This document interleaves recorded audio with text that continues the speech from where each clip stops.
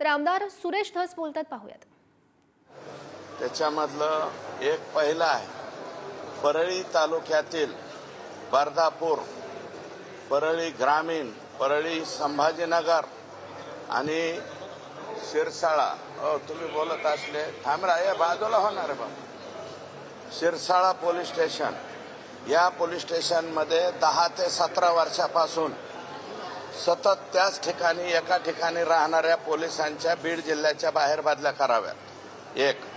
दुसरं, वाल्मिक कराड यांना फरार होण्यासाठी ज्यांनी ज्यांनी सहकार्य केलेले ते सगळे लोक, त्याचे नंबर, त्याचे पुरावेसह कागदपत्र आम्ही पोलिसांच्याकडे दिलेले, ते सगळे सह आरोपी याच्यामध्ये झाले पाहिजेत. त्याच्यानंतर परळी नगरपालिकेचं स्पेशल ऑडिट त्या ठिकाणी व्हावं. मी काल ऑडिटा म्हणलं होतं, परंतु स्पेशल ऑडिट व्हावं, कारण एका एका व्यक्तीच्या नावावर 46 कोटी रुपये उचलले. अरे कोण बोलतोय राव? 46 कोटी रुपयाची बिलं विष्णू चाटेसारखा जो आरोपी आहे त्याच्या नावावरती उचलली गेलेली आहे. एकाच रस्त्यावरती 5-5 वेळा पैसे उचललेले. आणि मला असं वाटतं की आपल्या मीडियाच्या माध्यमातून सगळ्यांना विनंती करतो की तुम्ही परळी शहर एकदा खाली असा कॅमेरा लावून फिरून यावं बरं का. तर परळी शहरामध्ये कोणता रस्ता योग्य आहे याचं सर्टिफिकेट मीडियानंच द्यावं बरं का.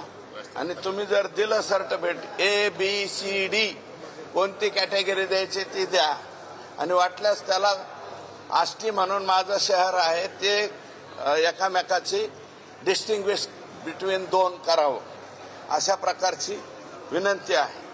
करुणा मुंडे यांच्या गाडीमध्ये पिस्तूल ज्या पोलीस कर्मचाऱ्यांनी अधिकाऱ्यांनी ठेवलाय आणि तो साडीतला व्यक्ती कोण, हे जे कटकारस्थान केलेलं आहे परळी येथे, तुम्ही मीडियाने दाखवलेलं आहे, त्याच्यात पोलीस अधिकारी आहेत.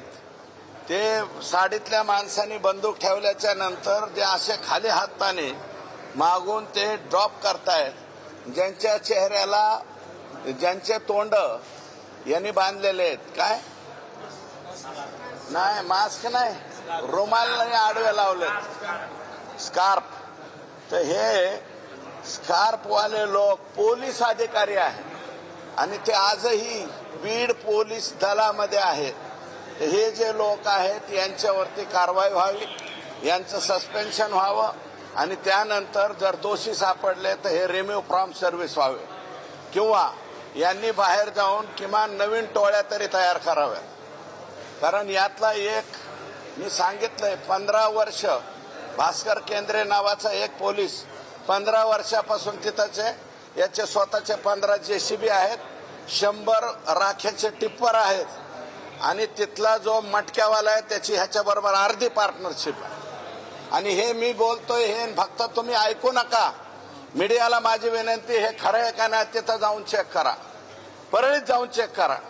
या परळीमध्ये काय काय चाललेलं आहे ते मी तुम्हाला सांगतो.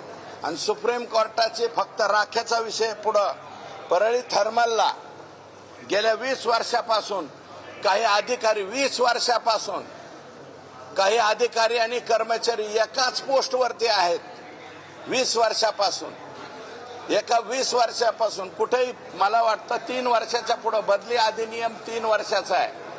4थं वर्ष राहू शकतं, आणि 5वं वर्ष राहायचं असेल तर राज्याच्या मुख्यमंत्र्यांची परवानगी लागते. म्हणून परळी थर्मल मधल्या अधिकाऱ्यांना कोणत्या कोणत्या मुख्यमंत्र्यांनी 20-20 वर्षापर्यंत राहण्याची परवानगी दिली, हे अशा प्रकारचं पत्र मी माननीय मुख्यमंत्र्यांना दिलेलं आहे. आणि त्याचं जे स्वतंत्र डिपार्टमेंट आहे त्यांनाही मी पत्र देतोय. ते काय MSCTCL काय म्हणतात त्याला बरं का. एक मिनिट माझं होऊ द्या. मग त्याच्यानंतर परळी थर्मल मधलं अवैध राखेचे जे साठे आहेत, अवैध राखेचे जे साठे आहेत, अवैध राखेचे जे साठे आहेत ते साठे जप्त करण्यात यावेत. कोणाकोणाचे आहेत त्यांची सगळ्यांची यादी माझ्याकडे आहे. ती यादी मी पोलीसकडे देणार आहे आणि थर्मलच्या अधिकाऱ्यांकडेही देणार आहे. त्याच्यामध्ये कोण कोण लोक आहेत उद्याच्याला मीडियात यांची नावं आल्याच्या नंतर तुम्ही आश्चर्यचकित व्हाल. अशा लोकांचे हे डेपो आहे. दुसरं, अवैध वाहतूक आजही परळी थर्मलच्या राखेचे चालू आहे. दिवसा घाबरून बंद आहे, परंतु रात्रीची मात्र ही राख उचलली जाते आणि ही राख आता बाहेरच्या राज्यातली बंद झाली, बाहेरच्या जिल्ह्यातली बंद झाली, परंतु आमच्या जिल्ह्याअंतर्गत मात्र चालू आहे आणि बेमालूमपणे चालू आहे. त्याच्यामुळं ह्यांच्यावरती कारवाई व्हावी. भगीरथ बियाणी नावाचे एक व्यापारी आणि भारतीय जनता पार्टीचे कार्यकर्ते यांची अचानकपणे स्वतः गोळी झाडून आत्महत्या केली. त्या आत्महत्येची सुद्धा चौकशी व्हावी अशा प्रकारची मागणी मी या ठिकाणी केलेली आहे.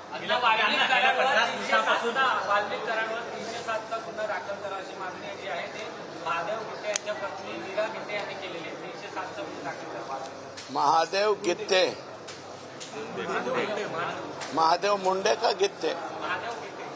गित्ते, हो. मग ते मागचं प्रकरण आहे ज्याच्यामध्ये त्यांनी स्टेटमेंट करताना वाल्मिकांना केलता, तर यांनी दुसराच वाल्मिकांना दाखवला.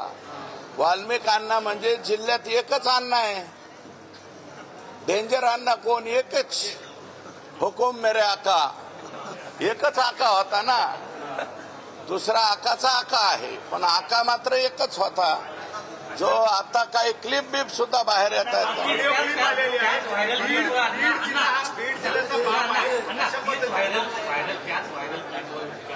सोशल मीडियावर वादग्रस्त पोस्ट करणाऱ्या कार्यकर्त्यांना सोडून द्यावं अशा प्रकारे पोलिसांना फोन केलेला अण्णाचा एक व्हिडिओ येतोय. त्यामध्ये म्हणतोय की बाप तुमचा बसला इकडे तुम्हाला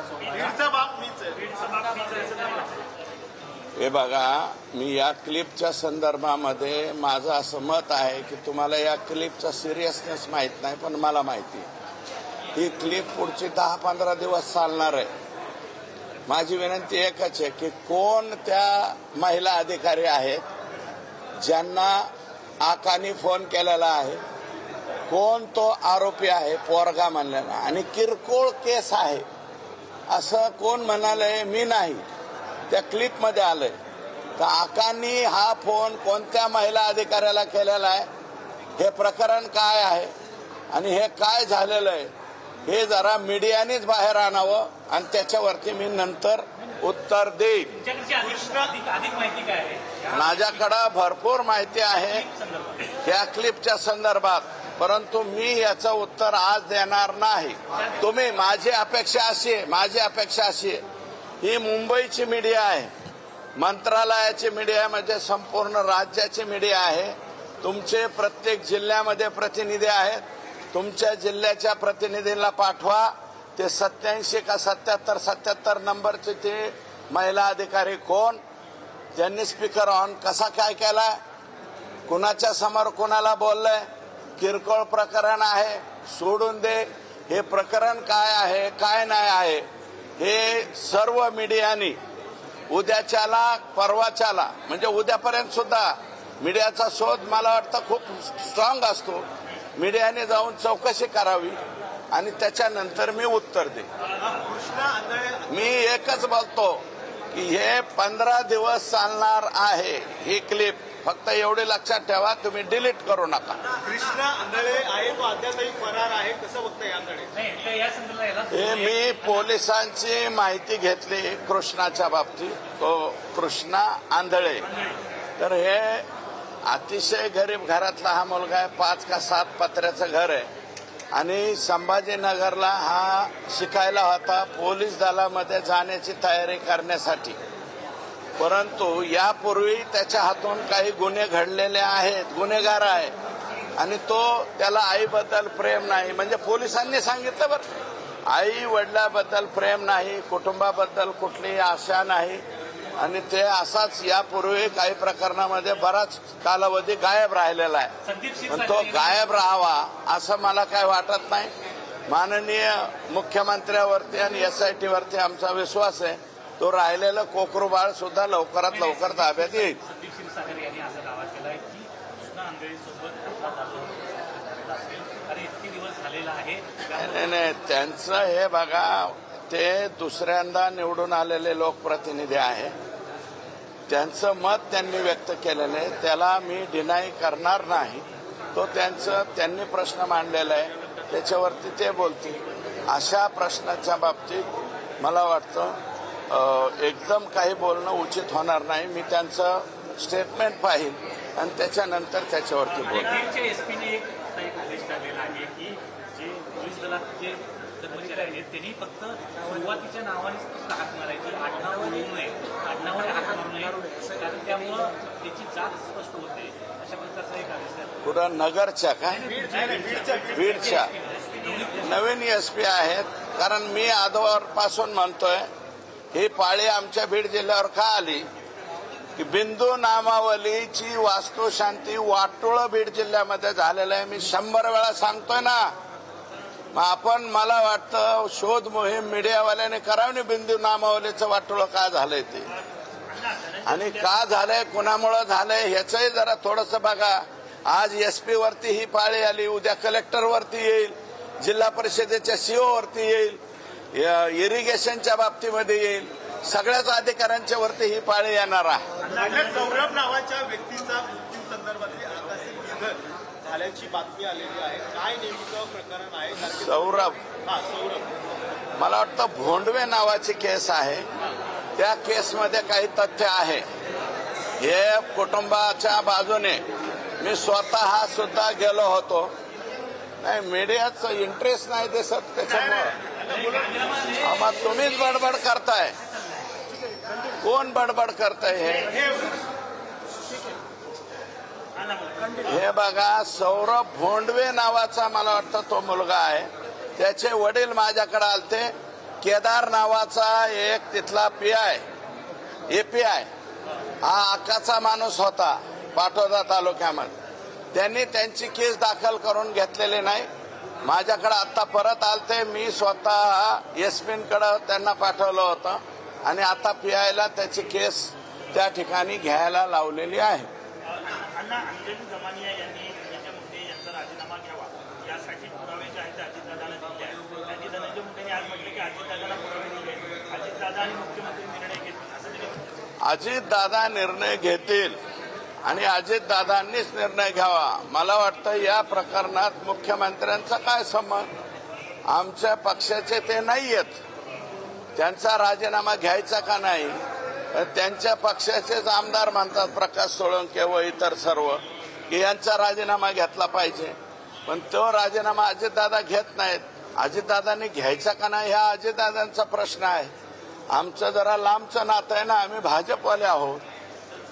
पुढं बरं, असं देखील म्हटलं जातंय की वाल्मिक आता काही दिवसांमध्ये भाजपमध्ये येतील असं देखील म्हटलं जातं. मग आम्ही संजय राऊत साहेब बोललेले आहेत. मी त्याच्यावरती टिप्पणी करू इच्छित नाही. किमान भाजपवरती एवढी वाईट वेळ आलेली नाही असं मला वाटतं. हां,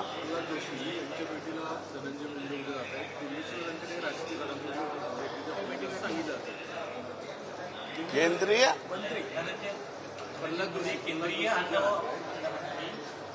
प्रल्हाद जोशी साहेब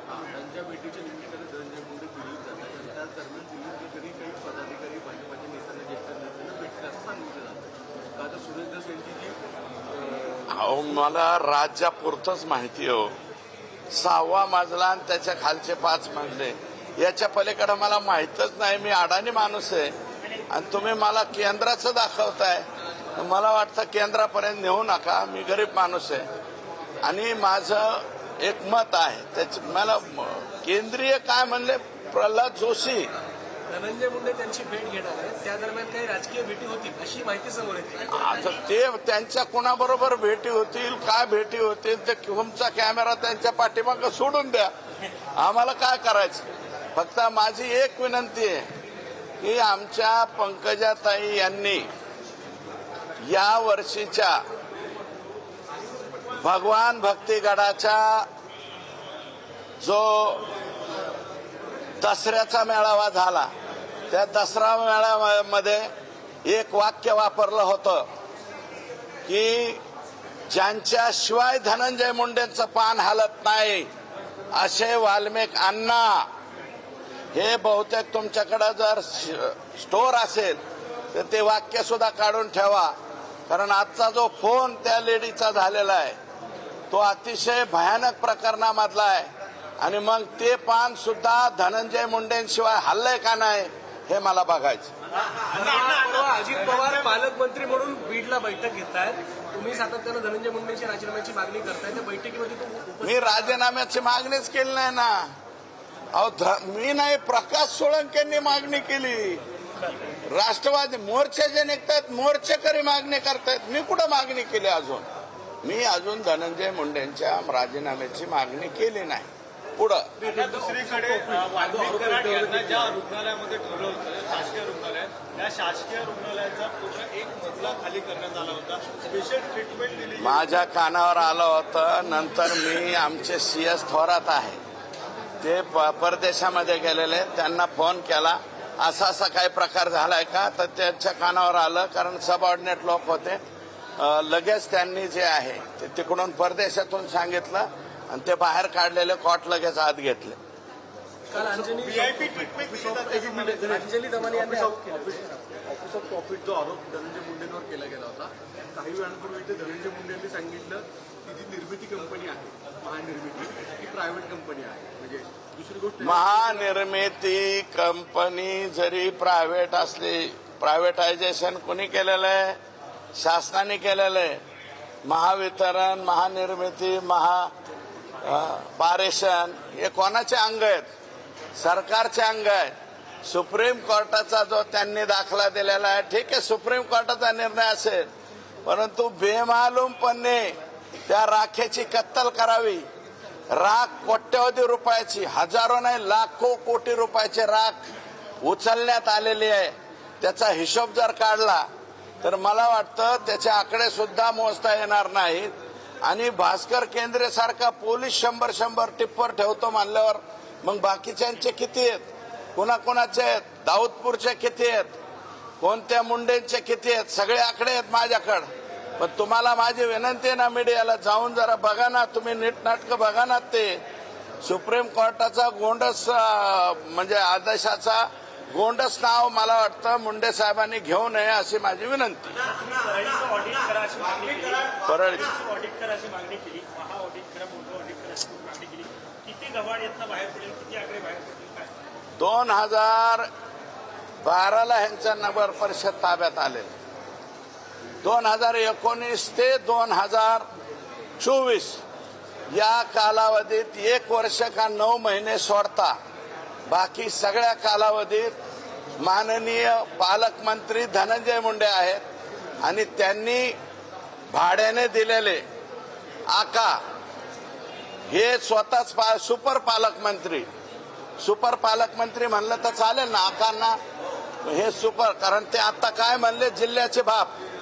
हे जिल्ह्याचे जे बाप होते त्या बापांनी 11 तालुक्याला 100 रुपये द्यायचे आणि 11 तालुक्याला 100 रुपये द्यायचे, 100 कोटी आणि 300 कोटी एकाच तालुक्याला घेऊन जायचे.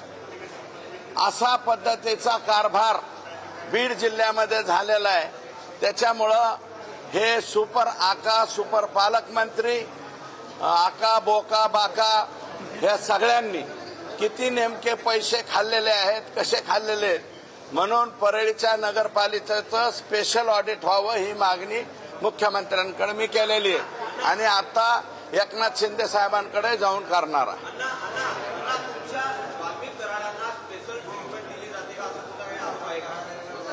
मला नाही वाटत. स्पेशल ट्रीटमेंट देण्याचा प्रयत्न करत होते हे लोक, पण कोर्टाने त्याच्यावरती ऑब्जेक्शन घेतलंय. आता नाही, स्पेशल नाही. अहो, हे मागचे 4 वर्ष पालकमंत्री हे स्वतः पालकमंत्री नव्हते. शॅडो पालकमंत्री म्हणा, सुपर पालकमंत्री म्हणा किंवा सुपर आका म्हणा, हे सगळ्याच्या सगळं कोण होतं? अण्णा, आका अण्णा. तर हे जे आका आहे या आकांनी काल 26 आकडे सांगितले, मी 226 म्हणले. अहो बरचसं पोलीस दल बरेचसे हे यांच्याच नियुक्तीवाले आहेत. आणि मी आज जे पत्र दिलंय की हे जे पोलीस दल आहे हे सगळं बीड जिल्ह्यातलं काढावं आणि माननीय मुख्यमंत्री हे गडचिरोलीचे पालकमंत्री आहेत, या सर्वांना तिकडे घेऊन जावं अशा प्रकारची विनंती त्या ठिकाणी केलेली.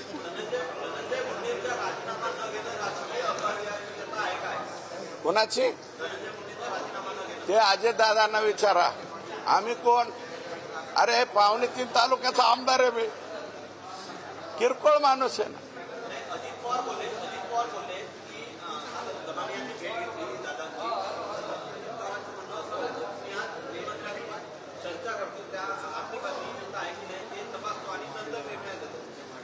कशात?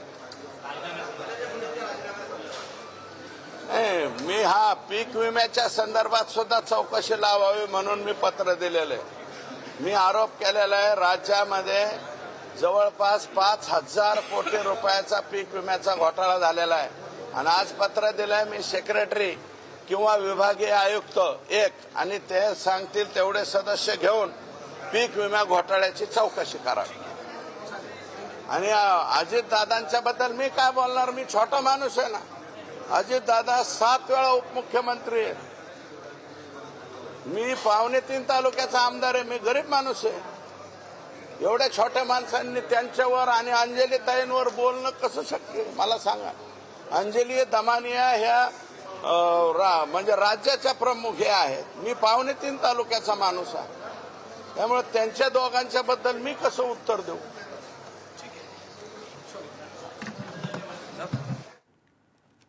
भाजप आमदार सुरेश धस हे माध्यमांशी संवाद साधत होते. वाल्मिक कराड याला ज्यांनी मदत केली त्या सर्वांवर त्यांना सह आरोपी करा अशी मागणी सुद्धा सुरेश धस यांनी केलेली आहे.